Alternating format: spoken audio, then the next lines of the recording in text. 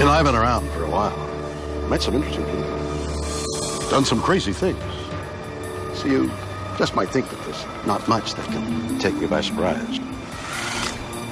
You'd be wrong.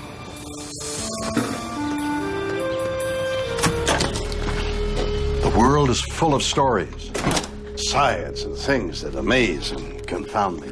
Every single day, incredible mysteries that keep me awake at night. Some I can answer. Others just defy logic. Do ghosts exist? Should we fear the paranormal? In California, a woman is terrorized by an invisible attacker. Is she the victim of a genuine haunting? Forget the silly movies that are out there. This is real. In New England, a mother undergoes a violent transformation. Has she been possessed by a demon? It'll make a cold chill go up your spine. And a British teenager claims to see ghosts. Does she have the gift? Like the fear, it was uncontrollable. Yeah. It's a weird world, and I love it.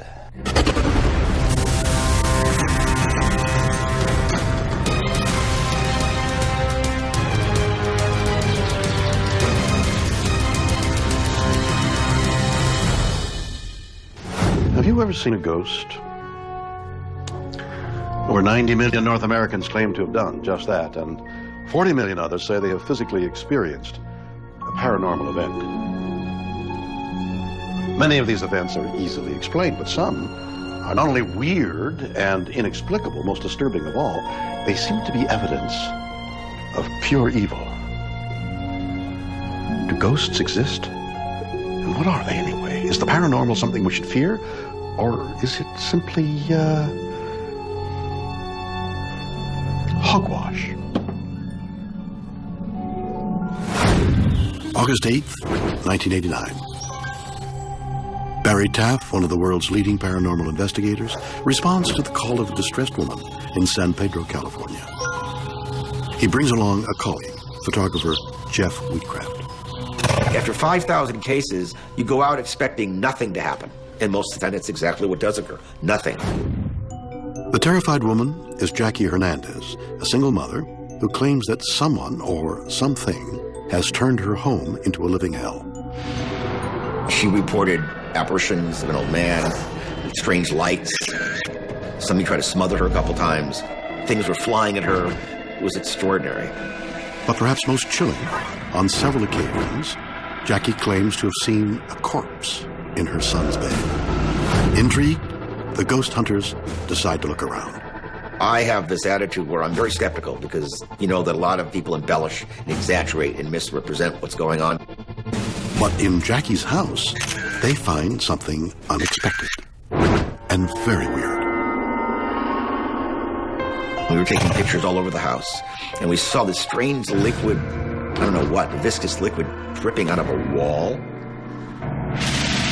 Unable to explain the weird slime, Taff is now convinced Jackie is not faking anything and real paranormal activity is occurring in her home. They take samples and promise to return, but just 3 days later, another call. This time, it's an emergency. Whatever is in Jackie's house is on a rampage. The physical attacks have become so violent and severe, she fears for her life. I was unavailable because my father had a heart attack, so they were there without me. Jackie reports the evil entity is now in her attic. It has been tormenting her with strange lights and ear-shattering banging. Jeff and Gary decide to investigate. Nothing could prepare them for what they find. They hear, oh, like a yell or a moan, and Gary turned back. This is what happened to Jeff, and he couldn't see. It was too dark in the attic.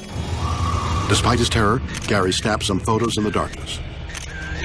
What they reveal will haunt them forever. You can see that Jeff, a 6'2" man, about 215 pounds, something has wrapped itself around his neck, and it's pulling him up against the rafter. And yet, there was no one there. It was Jeff and Gary.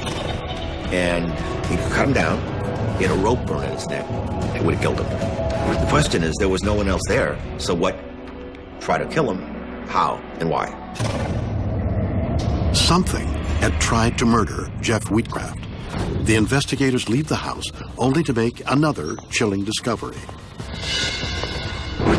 The forensic lab report on the ooze from Jackie's walls is in. The conclusion was it was human blood plasma. That's something you will lose sleep over, literally. Jackie's story became known as the San Pedro haunting, one of the most mysterious paranormal events in history. But what really happened? Javier Ortega is a paranormal researcher. He has no doubt. The Jackie Hernandez case is a very extreme case of a haunting. It's usually the spirit of a deceased person, the homeowner that passed away in that house, and they were so attached to a physical object or location that they come back. During the investigation of the Jackie Hernandez case, she reported that her and some friends were playing with the Ouija board, and they were able to talk with the spirit in the house. And the spirit had told them that he was a Marine that was murdered. So they went out and they did some research, and they found out that there was a Marine named Herman Hendrickson who was found dead in 1930.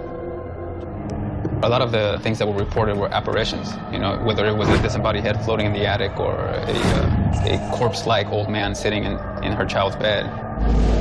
She also reported seeing strange lights. They were described as globs of luminous light. Free-floating globs of light have been reported in haunted places as well. But for Ortega, the most compelling evidence of a haunting is that mysterious goo Barry and Jeff found oozing from Jackie's walls.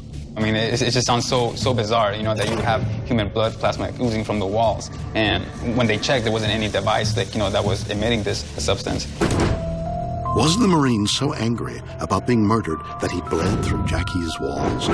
Incredibly, Ortega thinks Jackie wasn't the only victim.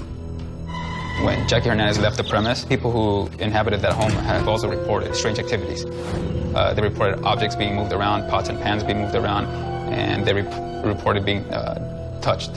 What an incredible story. You know, I mean, strange things happen around my house too, but once I say I'm sorry, everything's forgiven. But human blood? Dripping from walls and a spirit that is so angry it tries to kill you? I mean, who are they going to call? Ghostbusters? I've always wanted to say that. A terrified woman reports extreme paranormal events in her home. Weird lights, strange noises, even physical attacks. Did Jackie Hernandez live in a haunted house? It does not appear that the house would fit the classic haunting. Lloyd Auerbach is a paranormal investigator. He believes the answer isn't ghosts at all.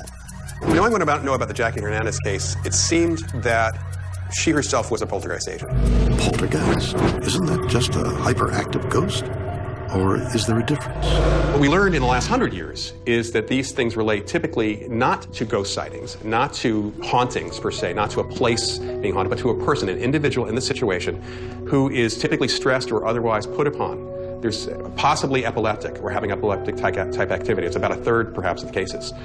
And the expression, instead of by an entity, is by the entity in the body. It's by a person's unconscious blowing off steam or having a seizure, essentially. It's kind of like a seizure in some of these people as well. But it's not a ghost-related situation. Many now believe poltergeists are not ghosts, but a manifestation of something called psychokinesis. We call it PK for short. And it's the idea that the mind can directly interact or affect matter and energy.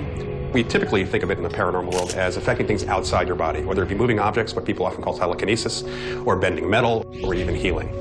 Was Jackie Hernandez herself causing the weird phenomenon in her own house? If so, why? And for that matter, how? Certain people, their unconscious minds let loose. I mean, we see people who are stressed out, who are put upon in society, in really expressing that stress in different ways. Some people get enraged and they break things. Some people shoot people. Some people keep it bottled up, and it can explode in kind of a different direction for certain individuals, which is a psychokinetic direction. And we call those situations where they're stressed. Think of it as an unconscious temper tantrum. is happening outside themselves and just starts throwing things around, probably like they'd like to do if they actually physically could do it. But by having their unconscious throw things around, who's going to get blamed?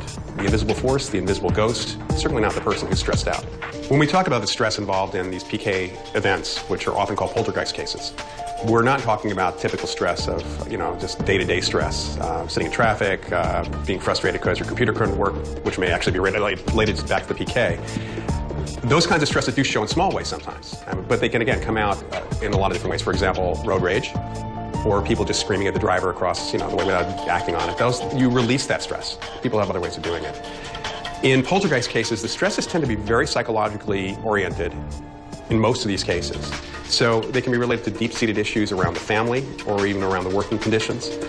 They are typically not expressed in other ways, so there's no outlet for most of these people. Was Jackie's unconscious mind throwing a temper tantrum? And if so, why? It could be due to the fact she was experiencing emotional issues at the time following a difficult divorce. There was enough going on in her life and, frankly, enough psychological issues that would indicate that she was responsible for most of the phenomena that was happening. In most poltergeist cases, people rarely ever think of themselves as the agent.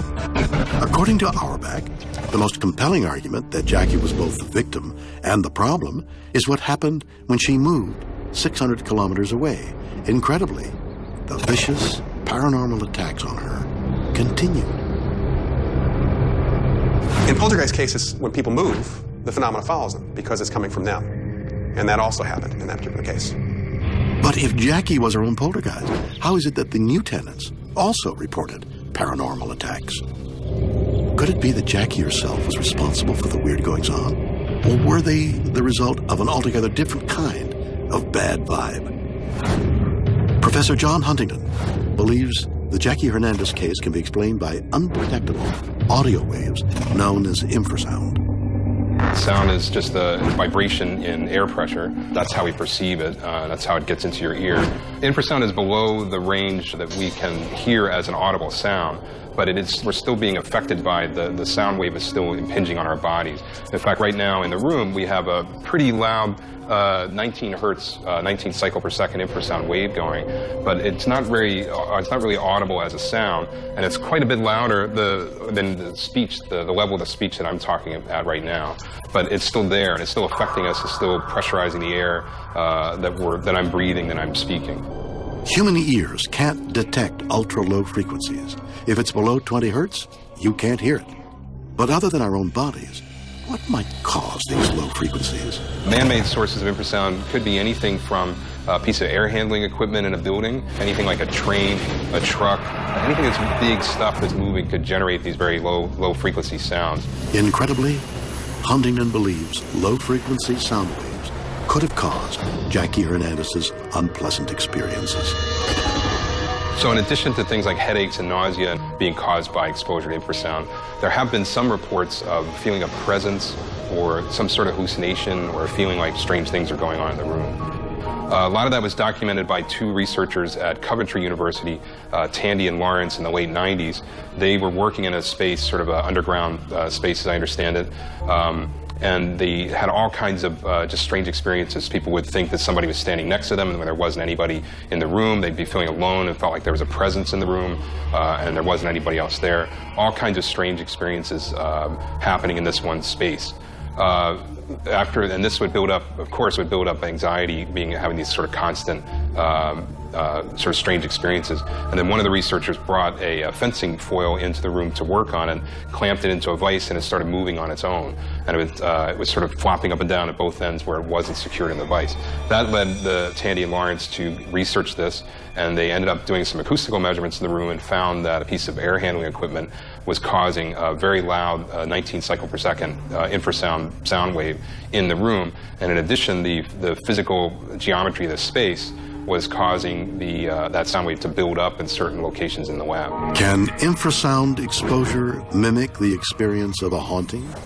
And infrasound could possibly cause something like a hallucination or an apparition or some other things like that based on the vibration of the sound wave actually affecting the eye. The eye itself could resonate or get a very strong sort of vibration, and that could cause blurring of vision or possible issues around the periphery of the vision. Those things coupled with already being in sort of a spooky location, being on edge by the infrasound, could certainly cause some sort of ghostly experiences.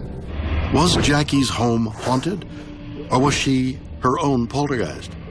Whatever the answer, this story is certainly weird. Or what?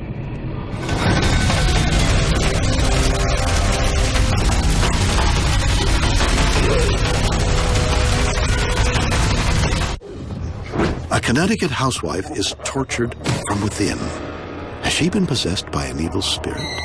Demons like to attack good people. Many of us have experienced events that we would call paranormal, but in fact are just things that are harmless and easily explained. But what is the paranormal? And does it exist? Even the name is a little, well, weird and scary. Here's the way it's described in the dictionary. Paranormal: the claimed occurrence of an event without scientific explanation. As psychokinesis.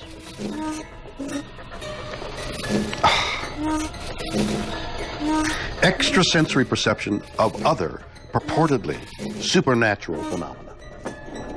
All right, guys, come on, that's it. Out. You can fool some. Oh, boy, oh, boy. But some people experience paranormal events that are real. So real, in fact, they're deadly. Weird. Or what? History professor John Kerner studies reports of paranormal activity. None have haunted him more than the story of Patricia Redding. By all accounts, she was a good person. I mean, there's nothing you can see in her past that would indicate why this happens to her. In 1992, Patricia's life took a terrifying turn.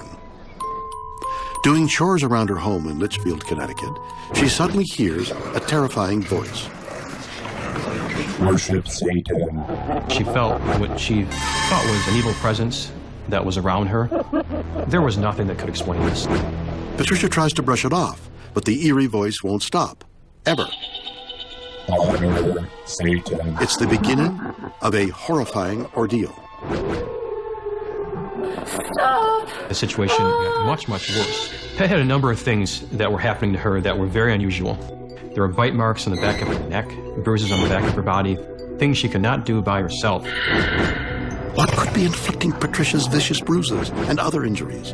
It's a frightening and bizarre mystery. Devastated and disturbed, she seeks help. The family took Patricia Redding to the hospital, to local doctors.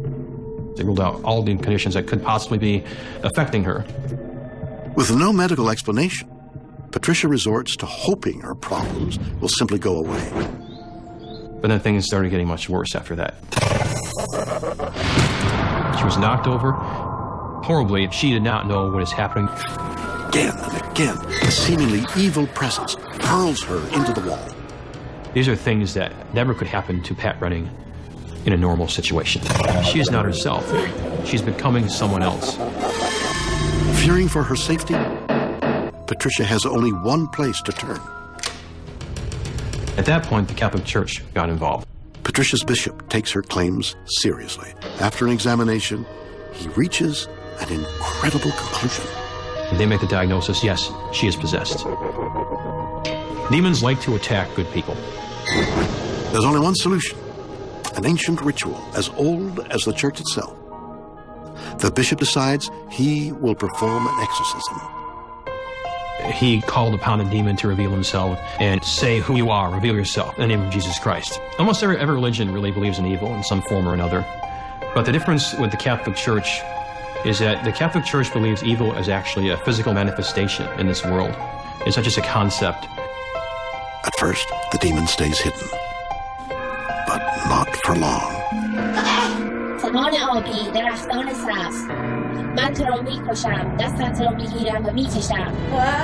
She was speaking in a language that she could not speak in normally. For an insult the priest, insult his family, things that she never would have done on her own. These are pretty clear signs you're dealing with an evil entity inside the person's body. Having forced the demon into the open, the real battle begins. Things like holy objects, this often can anger the demon. These are tools in a war that can cause them to be so upset The words of Christ makes them so angry. So it has to be said over and over again. It's a war of attrition. The battle rages for hours. At long last, something breaks. Demons, they get so upset, they just can't take this any longer, and they'll go somewhere else. They'll go bother somebody else. The exhausting battle ends with the demons on the run. But before long, they're back. Evil is real. It can affect someone in some horrible ways. Sadly, Patricia runs out of time. After 16 exorcisms, in 2005 she dies of cancer, believed to be caused by her demons. Christopher Rossack is a psychologist. He says he knows exactly what happened to Patricia Redding. Coming from a religious perspective, you might assume that this must be a demonic presence. But as a psychologist, my diagnosis would be dissociative identity disorder. Better known as a split personality, dissociative identity disorder is when two or more personalities inhabit one mind. An abusive childhood can sometimes cause such a psychological break. One personality becomes the happy face, the person the world sees. The other deals with all the hidden pain, shame, and suffering. The primary personality is unaware of the other personality. They may hear voices and have these sort of signs, but they don't know what it's about. Can psychology explain the power of an exorcism? After the exorcism, the individual experiences complete and sudden remission of their symptoms. And of course, that's considered proof positive that the demon has been removed. An alternative way of looking at that, however, is that the prayer, the ritual is in fact to serve to rearrange these separate identities such that they have receded from the host's awareness. They don't hear the voice anymore. Then what I experience happening with some patients is that maybe weeks or months later, the voices come back. Everything I'm saying here is in no way meant to malign the value of religious, spiritual care. But there are some psychological ways of understanding these experiences that really should be taken into account. Demonic possession. Ordinary people suddenly possessed by nasty entities. Ring a bell? You know, I've seen all the movies, Omen 1, 2, 3, The Exorcist, a lot. And guess what? Not only do they not scare me, I don't believe them.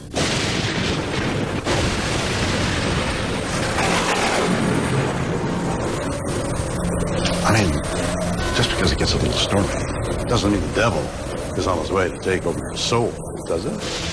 Yeah, that's for all that other ridiculous stuff like twisting heads, speaking in strange tongues.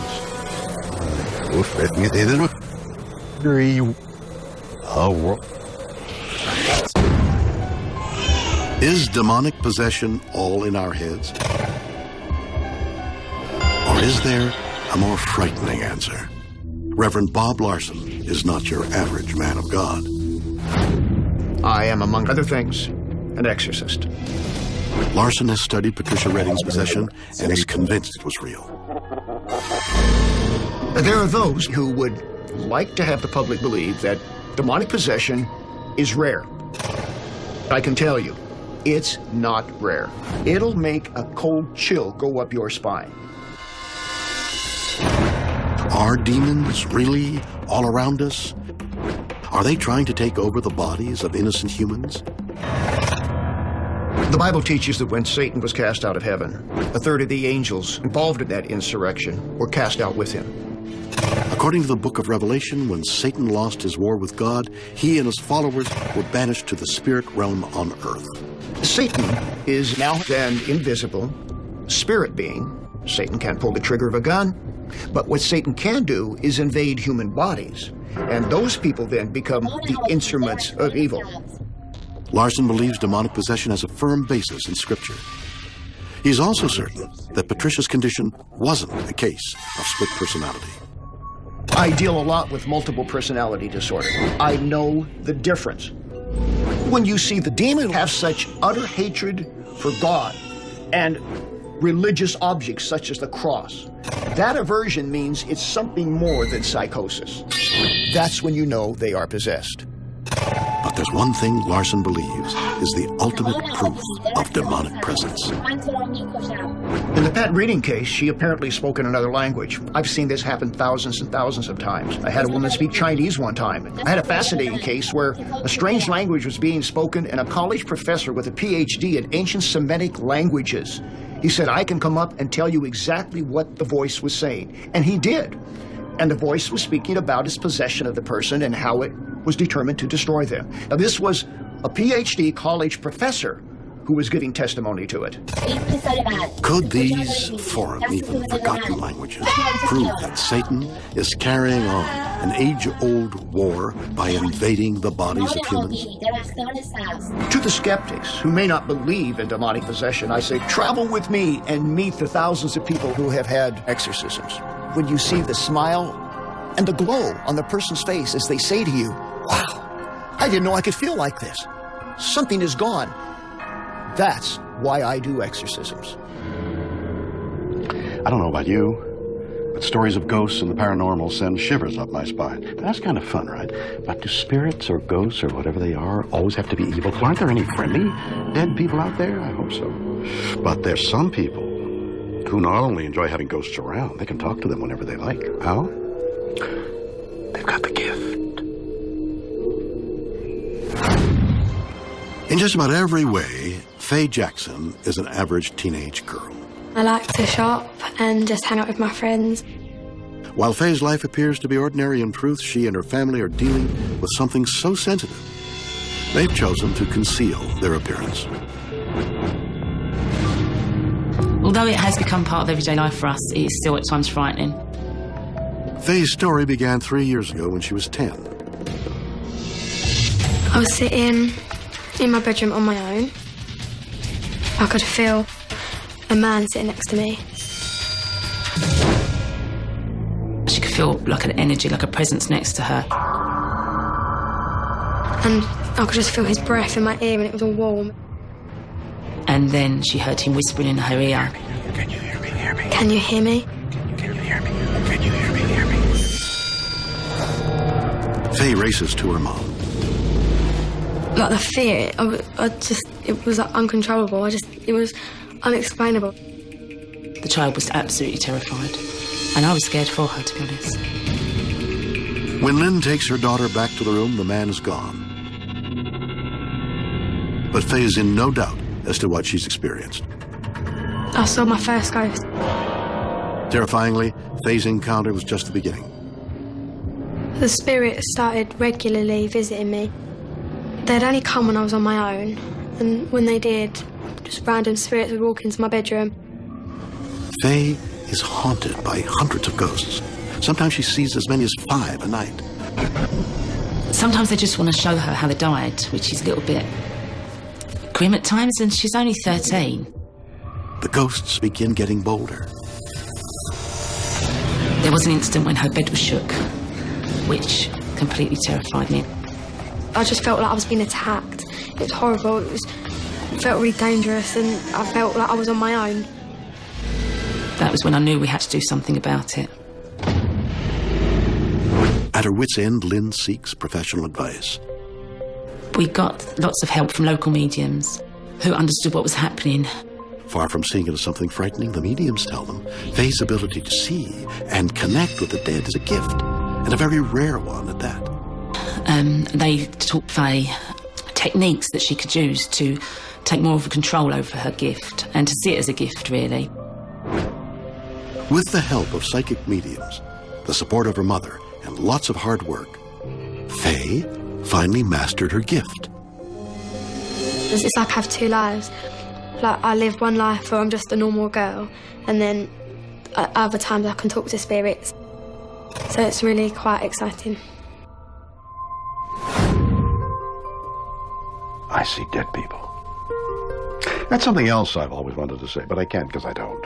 Well, not when I'm sober anyway. But incredibly, it may be because I'm an adult. You see, Faye isn't alone. Millions of other children see dead people too. How? Do they possess a special power, a 6th sense? And is it a gift or a curse?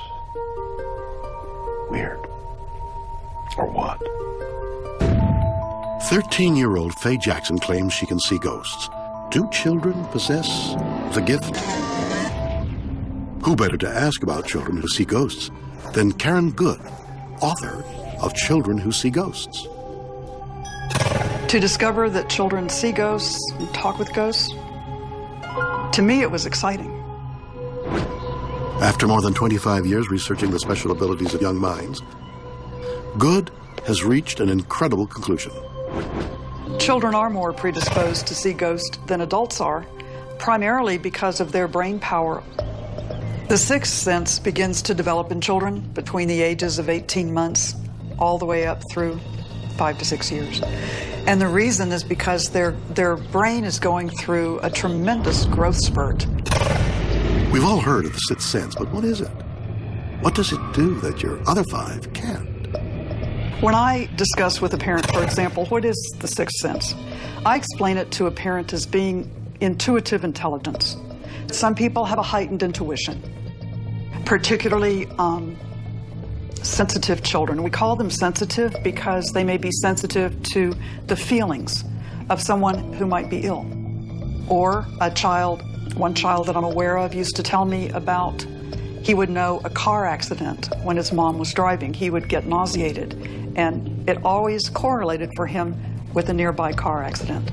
So I think that a sixth sense involves feeling and intuition, and it could involve heightened sensitivities. But where does this sixth sense come from? Is it a gift only bestowed on some? Remarkably, Good believes it's an ability that's within us all. The pineal gland is located within the brain, which actually regulates light within our body. I believe the pineal gland can be a doorway to the sixth sense.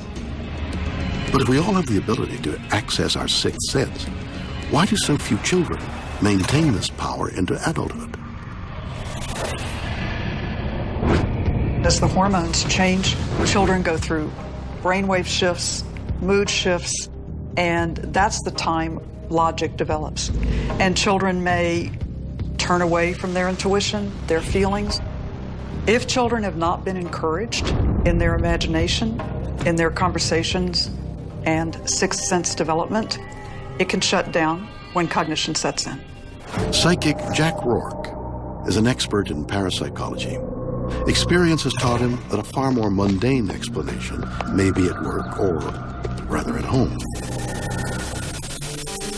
There is a phenomenon called parentizing, where, in essence, there's a bit of a role reversal, where a child can sometimes become the caretaker of the parent or become the mirror to the parent. Rourke believes that through parentizing, children can be actively encouraged to say they see ghosts. The more positive reinforcement a child gets from their parent, that they are special, that they are extra sensitive, that they have special empathic or intuitive abilities, the more the child then believes they're psychic. And I'll give you an example of how this is done. A child wakes up in the middle of the night from a horrible dream and is talking about ghosts, chasing them, things like this. You come in as the parent and say, no, you're wrong, that didn't happen. You lose the ability to comfort the child because they've been made wrong. Now, I go into the room, same scenario, and I say, oh, you saw a ghost, didn't you? Yes. This is how it's done. But why would a child like Faye go along with the idea of seeing ghosts? What's in it for her?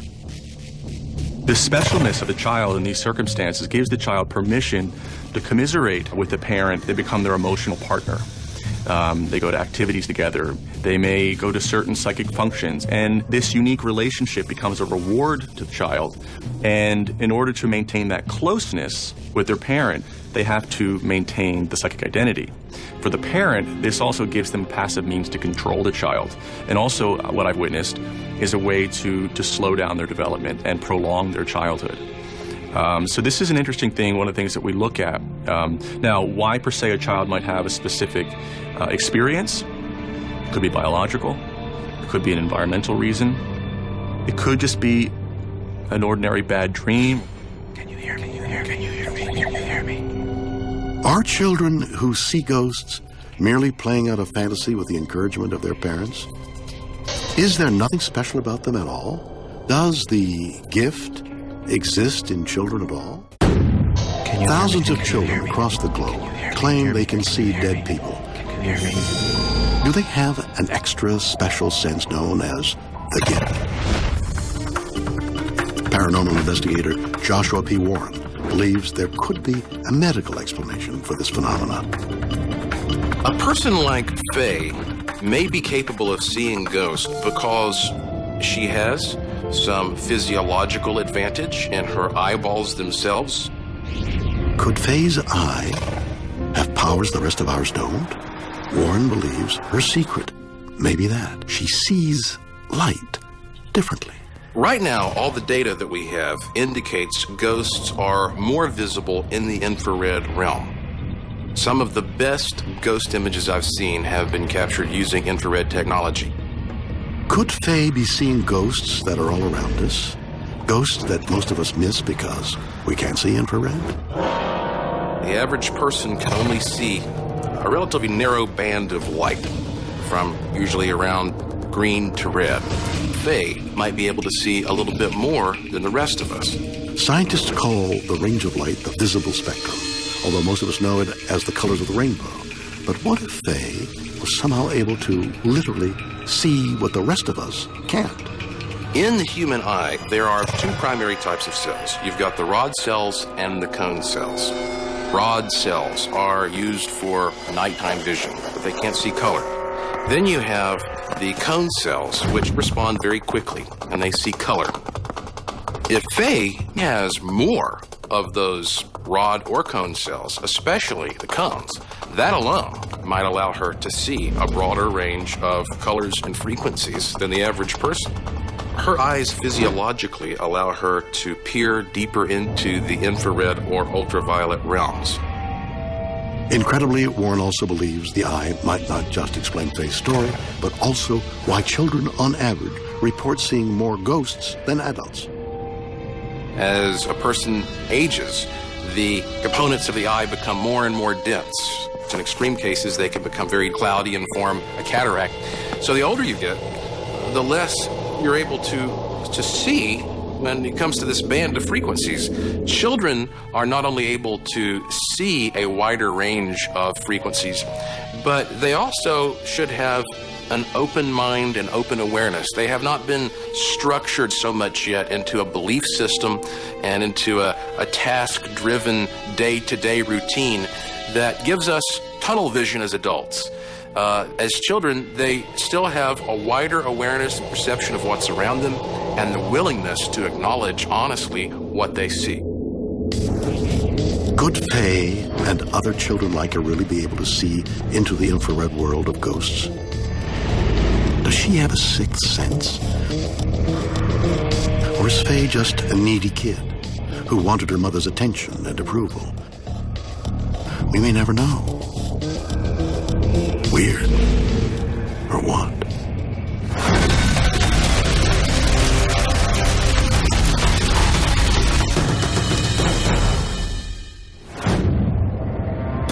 So there we have it.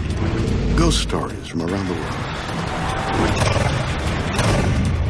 The Californian woman's home plays host to one of the most terrifying paranormal events on record.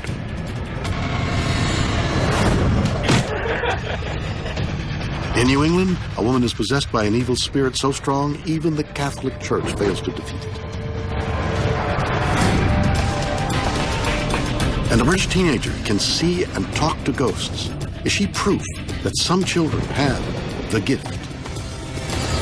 Are these bizarre stories evidence that ghosts exist? Can we seek comfort in rational explanations, or do we ignore them at our peril? You decide. Join me again next time for more stories that will undoubtedly be weird or what?